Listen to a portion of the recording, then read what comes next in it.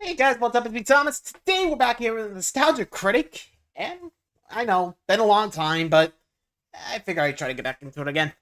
And actually, I think I did choose a good one, because we got the original Lord of the Rings, the Fellowship of the Rings. Well, just of the ring. But you get the idea. The first of the Peter Jackson Lord of the Rings, and we're finally checking it out. Honestly, I'm surprised it took him this long time. So, like I said, I'm gonna go check it out. Be sure to like, subscribe for more. Hope you enjoy. Here we go. There it is. Oh, Lord of the Ring month, huh? Hey, guys. Characters of a C- internet review show. You have been summoned here to answer the question of how to review what has been reviewed a million times over. I'm Jim. Hi, Jim. Bring forth the ring. Done. Righto! Oh, missed. Why did I give that to you anyway? My name is the closest to Frodo. Oh, yeah. One does not simply review the Lord of the Rings movies. Or make that gesture with your hand, because he didn't do that when he delivered the line in the movie. There are years of people dissecting every little moment, every little detail, every single letter not in the book. But Rings Fair. of Power made some changes, and that won everybody over. That didn't win everybody over, did it? As Nope. much as the Gollum game. He's right. We cannot review it. You have only one choice.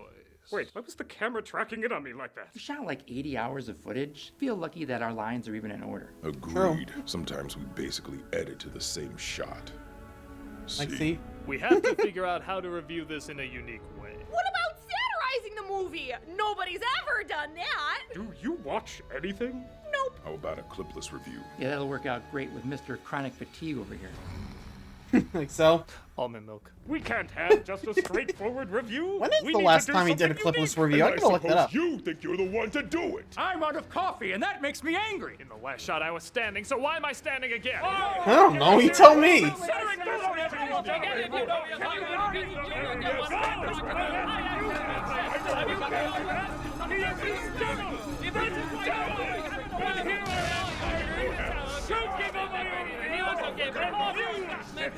do it. I'll review the movie. Yeah. No, absolutely not. That's stupid. Sit down, you embarrassment. Ooh, my mother's last words to me. Look, everyone's sad. done a parody and satire of the Lord of the Rings, including us. True. Yeah, maybe just talking straightforward about it makes the most sense. Yeah, but it's gonna be tricky. I know in many films and franchises people overuse the phrase there was never anything like it, but really there never was anything like Lord of the Rings. It's been adapted before, but never in a way that left a cultural impact. In fact, for years, fans thought it couldn't be adapted. It was just too big. I mean, Ralph Well, Peter Bakshi Jackson tried had a and plan and convinced New saw that Line happen. Cinema to take a big gamble, allow him to shoot 2 films at the same time, condensing the Lord of the Rings trilogy. When one of the producers said, "Wait, aren't there 3 books? Shouldn't we make it 3?" Jackson shrugged and said, "Well, if you gotta." He must have been a good negotiator, because not only did he get an unbelievable budget and honestly a fair amount of creative control, but he convinced New Line that the director of this Do you want to know? Is that his was the stuff? perfect choice. I can't imagine planning all 3 of these films and having them be as good and popular as they are.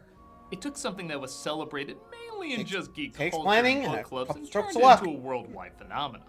Before these movies, the average person didn't know what a hobbit was, even with the musical stylings of Leonard Nimoy. Bilbo Baggins, bravest little hobbit of them all. With that said, yes, this needed to connect with Bilbo as many people Baggins. as possible, given the budget and that there were going to be 2 more of them. So there are things that most fans acknowledge are needed to win over the average person, but weren't always the best. True. Nobody tosses a dwarf.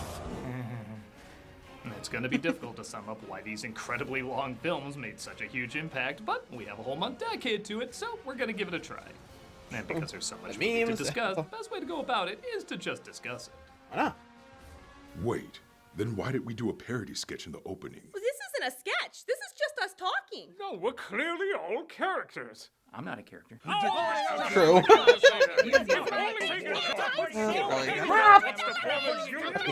Let's talk about the first and shortest film of the bunch. Yeah. At 3 hours, let's take a look at Fellowship of the Ring. here we go. The film opens in a magical Middle-earth? land called Middle-earth, where we get the backstory about the forging of powerful rings, one of them made by an evil villain named Sauron. Sauron. The Dark Lord Sauron forged in secret a master ring. And yeah, I know I've said it before and I'll say it again, I don't like Sauron's design. I like you never see his face or hear him talk, and being covered in metal is on brand for these villains. But I'm sorry, this is supposed to be the great deceiver, the ultimate evil, and he looks like a Marvel villain. Not a good one either, he's like that mini-boss in Thor. Oh. Even his lizard eye going, "Bah, bah, bah, bah, bah," just seems laughably over the top. Say what you want about dorky helmet guy in the Bakshi version, but he was literally a shadow, and I think he's scarier as just a shadow. Simply being talked about and using your imagination. I know I'm a minority on that, I just don't find this guy scary. Luckily though, everything else Fair about enough. this intro is pretty badass. Shall we? Also, always wonder about those rings. Like, what do they do? Like, we know, like, the Ring of Power, aka Sauron's ring, makes you invisible, but what about the others? Are they just status symbols, or what's going on? I don't know, they just talk about great power, and yet, in the three movies, I don't think we even see them use the ring powers. Like, I don't know.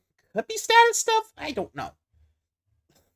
If you guys know, let me know, but, like I said, I haven't seen them. I don't know for sure. Before you ask, the only exposure I had was the Ralph Bakshi version, and even then they didn't talk about it. Just saying. Just outside looking in, I guess, just looks weird. Honestly, the whole imagination running wild, you could be surprising, you know? Anyway, moving along. An alliance of men and elves fighting creatures called orcs in Sauron's homeland Mordor. I wonder where the dwarves are. Up we go! Thank you for coming towards us from that angle, it looked really cool. Goodbye. King Isildur destroys Sauron by chopping off the ring, Literally. customized to fit any size, and it slips from person to person over the years. But something happened then the ring did not intend. It fell in cow shit. No, it's picked up by a hobbit named Bilbo, played by Ian Holm, who carries it back home to the Shire, and years later his nephew Frodo, played by Elijah Frodo. Wood, is joining the others celebrating Bilbo's birthday with his wizard friend Gandalf, played by Ian McKellen. Gandalf, I Gandalf. bet you, by the way, this might be the first movie to fulfill every Internet Geek's fan casting. A wizard is never late. He arrives precisely when he means to.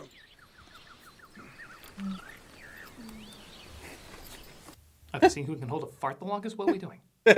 Actually, that would It explain does their feel awkward like laugh stuff. immediately after. We're classy here. Surprised. This film's Gandalf always been tours one the of these Shire stuff, filled huh? with small people and small pigs and small sheep and small dogs. Yeah, how does this work? And I know, again, I've mentioned this before, but I'm really not the biggest fan of this film's editing. I No? don't blame the director. I don't even really blame the editor. Like I said, this was a beast of a production, and they have footage up the wazoo to get across very quickly in a way everybody can comprehend and be interested in. That's a lot to ask of anyone, and mistakes are going to be made. But sometimes the fast cuts do result in moments that just don't feel right. Half the Shire's been invited. Good gracious me. He's up to Like that, something. yeah? All right, then keep your secrets. That is just not a natural back and forth. Nope. A lot of fans introduce newcomers to the extended version, and I don't think that's wise either. Yeah, it's neat, I'm glad it exists, but a lot of it isn't needed, and I think it drag out too long for first-timers. Oof. Except for this one. And even then, not all the way, like up to where they get to Rivendell. Because you're setting up the main characters, and that is going to take a little more time. He's up to something. All right, then keep your secrets. I like building up Bilbo's appearance, but the extended version sets up these people a lot better. Half the Shire's been invited, and the rest of them are turning up anyway. See, doesn't that feel more like how people talk? Yeah? Even Sam, the guy the movie is literally gonna end on, gets just one moment of him looking at a woman, and then they're like, you're a main character now, off you go. And yet, the extended version doesn't add a ton, but it's just enough to make us connect with them a bit more. I don't know, maybe it's just me. I don't know. Not sure who came up with that idea, but to each their own, as they say. I mean, I'd like to know who's usually in charge of, like, you know, okay, cut that out, cut that out, cut that out, cut that out. I mean, I'm not sure if it's Peter Jackson or something, but eesh. I'm guessing something that sounds good in your head, or at least sounds like it flows, just doesn't come out right. maybe? I don't know. What do you guys think? Is that why they cut them out? Or, I don't know. Then again, I think with how it described it, with 3 hours, I guess they didn't want audiences just going, me, huh? Are there... Like that? You get it. Like, they want to keep it concise enough, but I guess they just threw the build-up out the window, though. Yeesh. Anyway. I don't want any more visitors, well-wishers, or distant relations. And what about preachers of Jesus? I want to see mountains again. Mountains, Gandalf. I think most people know there's a lot of practical effects and forced perspective to make the height differences for the hobbits look more convincing, and they're really well done. Though I always thought it was a little weird they spent millions and millions on this and didn't just hire little people. Oh, except for the far-off shots, which kind of makes me question it even more. They're good enough for the far-off shots, but not the close-ups. I don't know. Maybe they want actors who were somewhat well-known, and yeah, these weren't huge stars, but they were known. And there weren't really that many little people stars back then, so it feels a little odd, but it doesn't take away from the great performances all these people give. 111 years old. You haven't aged a day. Have you been drinking Mario Lopez blood?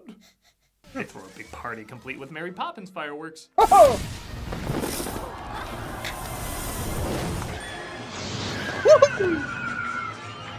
The time fire! Married two hobbits named Merry and Pippin, played by Dominic Monaghan and Billy Boyd, are causing trouble. Uh-oh, whoop! Hey!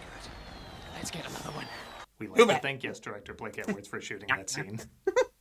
My dear Bagginses and Buffins, Rubs, Jobs, Wardflowers. Hey, what's the slurs? Bilbo surprises him by putting on the ring and disappearing, planning to leave the ring with Frodo, yet he finds it has a strange hold on him. You want it for yourself? Bilbo Baggins, do not take me for some conjurer of cheap tricks. As I conjure up this Cheap trick. I remember when Ian McKellen was nominated for an Oscar, this was the clip they chose because they clearly had no idea what else to choose. McKellen is perfect, but the best actor nod is a little weird. Yeah. I mean, Sean Bean's performance is right there.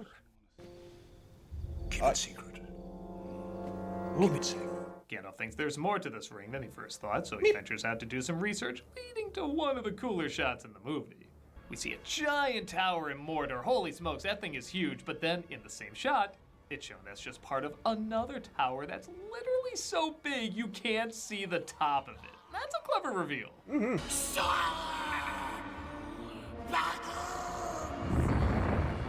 The words Shire and Baggins are shouted as Gandalf figures out the One Ring is in fact the Ring of Sauron.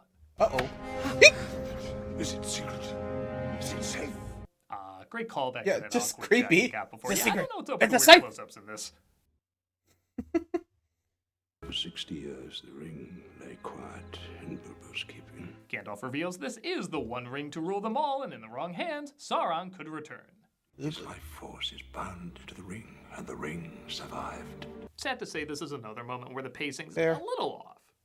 In the book, Gandalf disappears for 17 years and very calmly tells Frodo what's going on, allowing more time so we can get to know his characters. However, in the book, the party also goes on for like a bajillion pages, so I get the idea of wanting to get the story going and some real urgency here.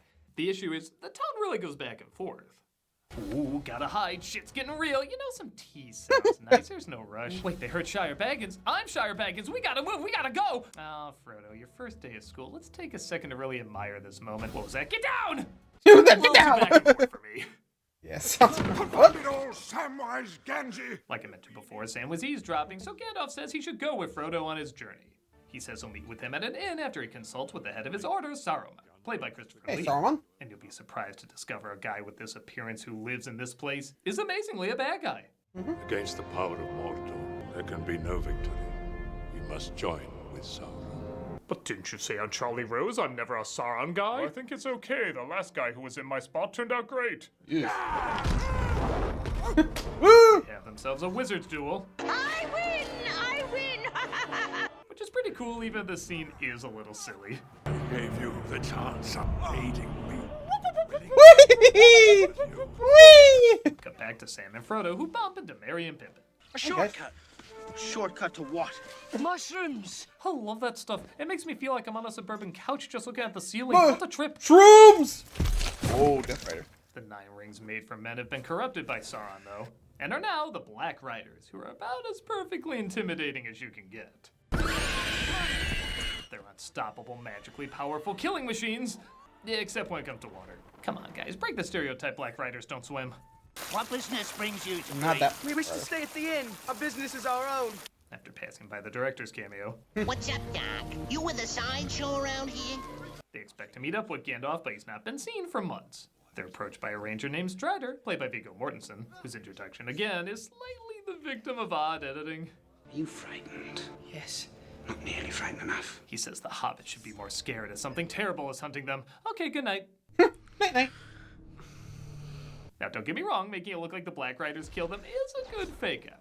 Even if it does come after one of the funniest shots in the movie. Oh, good. Ow. Like, every 20 minutes, it randomly becomes Looney Tunes. But they're shooting it like, ooh, we're supposed to think Strider let them die. We've only known this guy for literally a minute. Why am I supposed to get that reaction? Where are you taking us? Into the wild. Nicking any camera when I find them. Gentlemen, we do not stop till nightfall. Like many of the characters, though, he does balance out the more the movie goes on. Even if he does literally abandon them at their most vulnerable moments. Nice crispy bacon. Put it out, you fools! Put it out! Uh-oh, I only made enough for the 4 of us. Oopsie. Frodo puts on the ring, but is stabbed by one of the riders, just as Strider tries to save him. Oh, Light Strider. Ow, my face! My doctor said I'm not supposed to get fire on it! Frodo is infected by the blade he was stabbed with, but thankfully an elf named Arwen, played by Liv Tyler, is there to help. Ooh. Sorry, let me turn down my elvish backlighting we all have. We must get him to my father. I offered on here, Torgwaith nin Beriathon. So I don't mind Arwen being given a bigger role here as, A, it is a bit of a sausage fest. I mean, there's more wood here than End Furnish Company. And B, for a character who does have an interesting dilemma in the later films, it just wouldn't have been as engaging if she just greeted them when they got to Rivendell. My only problem is Frodo, the main character, is completely useless. He either needed to step up to the Black Riders at the ruins, the river, or both. And then Strider and or Arwen saves him. All he does here is constantly lose to gravity. He really needed something to do during at least one of these scenes to get us more invested. Yeah, I get it, but well, I guess you can see why people prefer the Bosky version. I think actually I remember back in Old vs. New he did. Well, the critic did, but you get the idea. But you prefer the Bashki version. Like I said, I think it's been a while, so I don't remember exactly. Anywho. Ooh, a battle scar from a tree. She's got badass war wounds. If you want him, come and claim him. Okay. Alright then. Hey, Frank, this water stuff ain't so bad. Yeah, why were we so afraid of it? Look, oh. The horses. Hi. Water sucks. You suck, Frank. Shut up, Frank. Did you know Carmen Sandiego? Yeah, I can see that happening. Anything else? What do you guys think, huh? You just skip it ahead a bit. So, what do you guys think, huh? I mean, like I said, other than pacing, you definitely see the cinematography is actually pretty cool. Then again, 2000s, what are you gonna do? I mean, pretty sure stuff like this is what got people into Lord of the Rings in the first place. They probably thought that'd be like,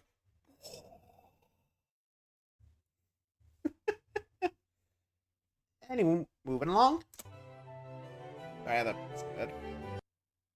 Frodo wakes up in Rivendell all healed up, and with Gandalf as well, who explains how Heir Deus Ex Machina saved him from Saruman. Thank you, Eagles. Only one Lord of the Ring. But you wouldn't know that because you can't see him! Frodo! Sam, bless you, you're awake! Funny note, there was pushback to have Sam grab Frodo's hand because some were concerned it might look a little gay. Yeah, that was the scene they thought might give people that impression. Too late. Welcome to Rivendell. We're introduced to King Elrond, played by Hugo Weaving, who assembles several Middle-earth's most Middle-earthiest looking people to decide what is to be done with the One Ring. Boromir, played by Sean Bean, says it should be used to restore order. Gimli, played by John Rhys-Davies, tries to destroy it without running it by anyone. Oops. And Legolas, played by Orlando Bloom, is beautiful. What would a ranger know of this matter? He is Aragorn. You owe him your allegiance. Like how he owes me my scrunchie. While everyone bickers, Frodo seems tortured yet drawn to the ring. So he says he'll be the one to take it to the only place it can be destroyed, Mount Doom.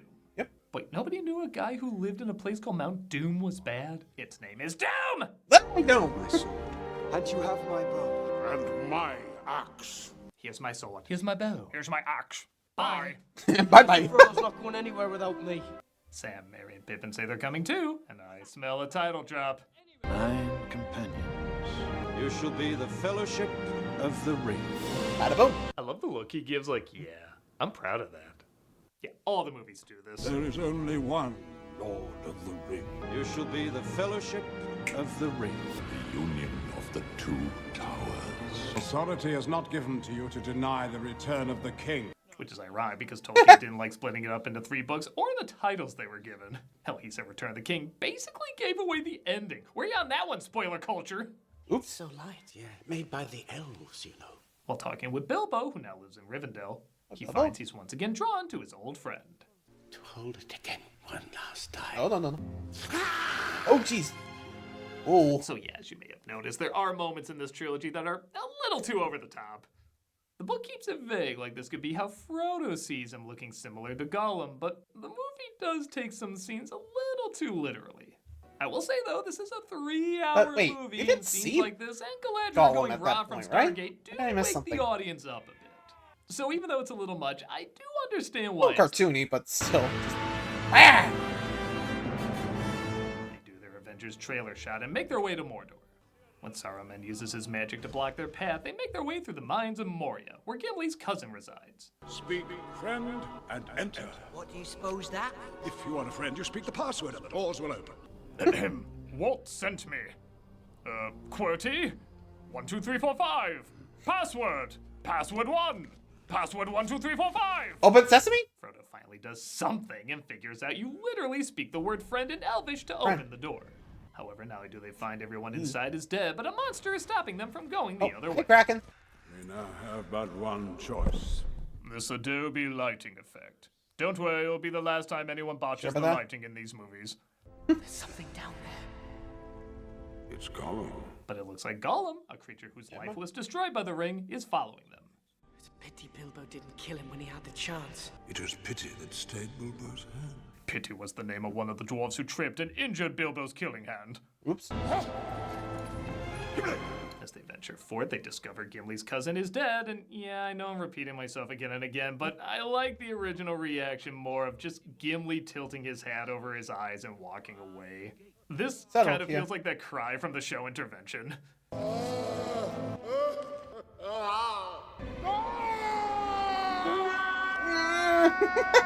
Yeah, it kind of does. You ain't wrong, you ain't wrong. His chance for revenge comes, though, when the goblins who killed his cousin start rushing in. They have a cave troll. We have a T-Rex. Cave troll! The team battle strikes Kidney Stone. Okay, how did Merry and Pippin not see him there? But I don't they have know. to battle an even bigger foe, a fiery beast called the Balrog.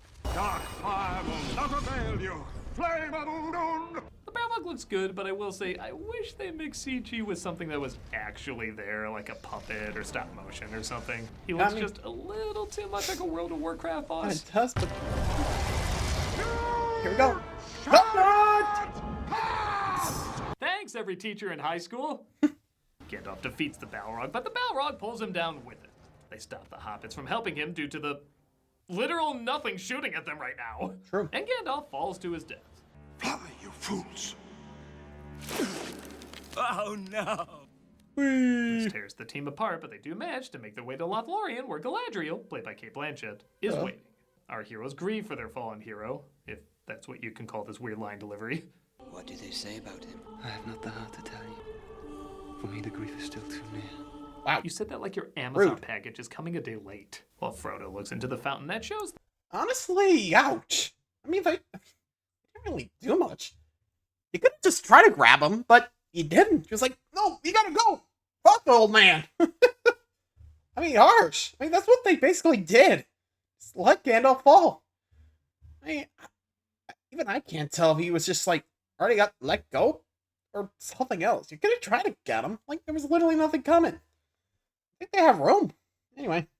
Things that could come to be. The fellowship is breaking. He will try to take the ring. You know of whom I speak. You need to kill Pippin. Please? The next day they're on their way where they encounter the most epic toll stop ever constructed. Long I desire to look upon the kings of old. My kin. Let's follow it up with this really dated frame rate effect that looked terrible back then. It looks even worse now. Yeah. Yeesh. Really hurts the eyes.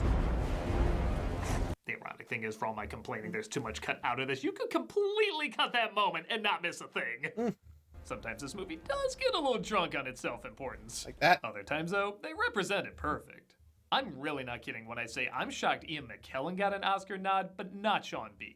He so easily could have been one note, but he really brings out a tortured humanity to this character that is corrupted by the power of the ring, but for a very noble cause to save his people.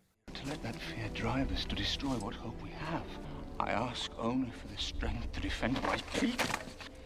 For all the bitching the character does, they know how to balance it out with real human moments too. He really does feel like a completely fleshed out character. Give them a moment, for pity's sake. Our paths will lead us there, and the Tower Guard shall take up the call. The Lords of Gondor have returned. The look on his face when he realizes he single-handedly destroyed the Fellowship by trying to take the ring is so heartbreaking. Frodo.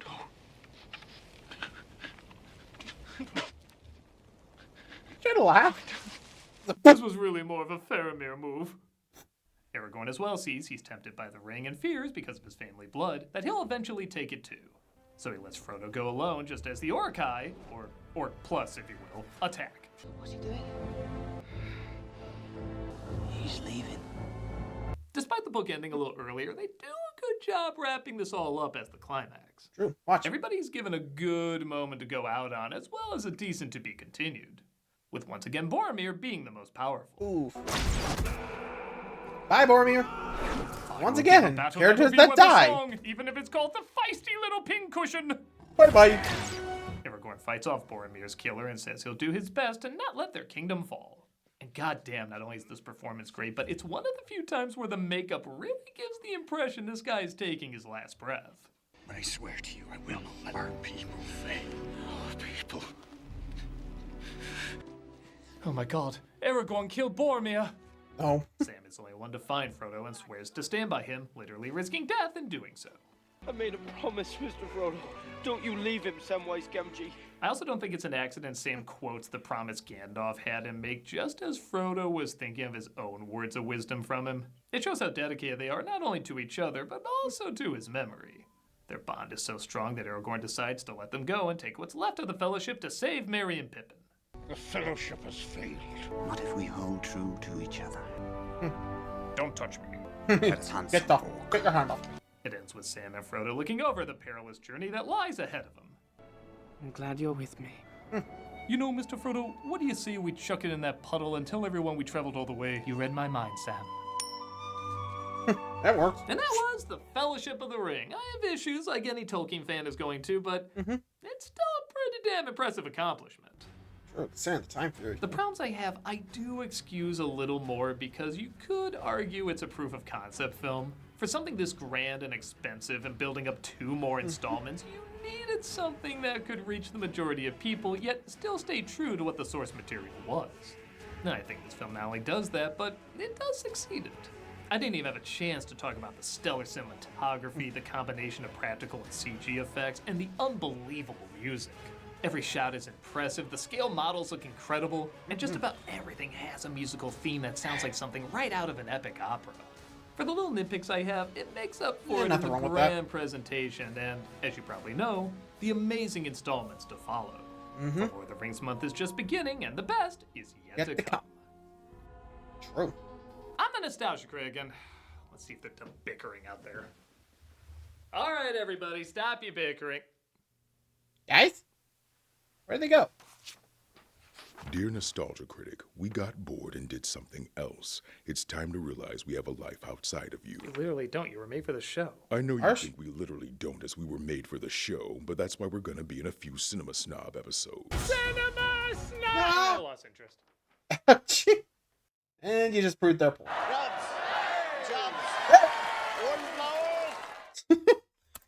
And there we go. Fellowship of the Ring. Honestly, it does have its flaws, but then again, what are you going to do? He was tackling a big old project, so whatever works, works. And if it doesn't, well, we can prove it's for the next one, the Two Towers. Speaking of which, I'll cover that when I get the chance. Till then, thanks for watching. See ya.